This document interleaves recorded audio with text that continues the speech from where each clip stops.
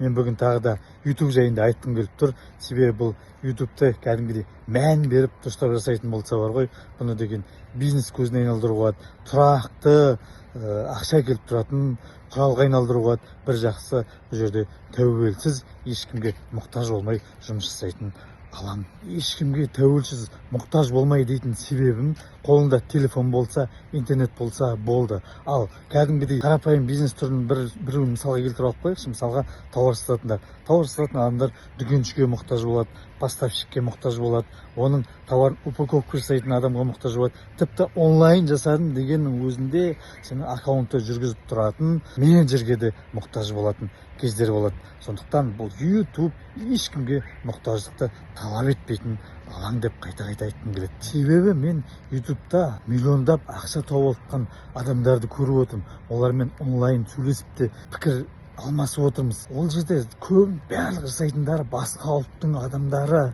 Ол жерде деген, білмеймін, қазақтар дейтін жоқтың қасы. Осыны мен қазақтарға айтқым келеді, түсіндіргім келеді.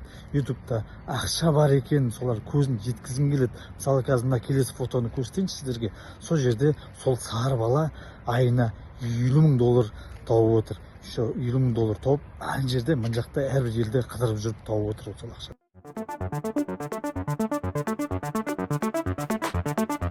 Достар, шынымды айтайын ба, мен мына инстаграмға сториске көп шықпағасын, видеомен шықпағасын, тіпті қобалжып сөйлей алмай тұрғанымды өздеріңіз де байқап тұрған боларсыздар. Егер де сіздерге YouTube шынымен де қызық болатын болса, маған лапылдатып мына жерге бір қолдау білдіріп жіберіңіздерші. Мен сіздерге келесі жолы осы YouTube'ты қалай квартираға айналдыруға болатынын айтып берейін.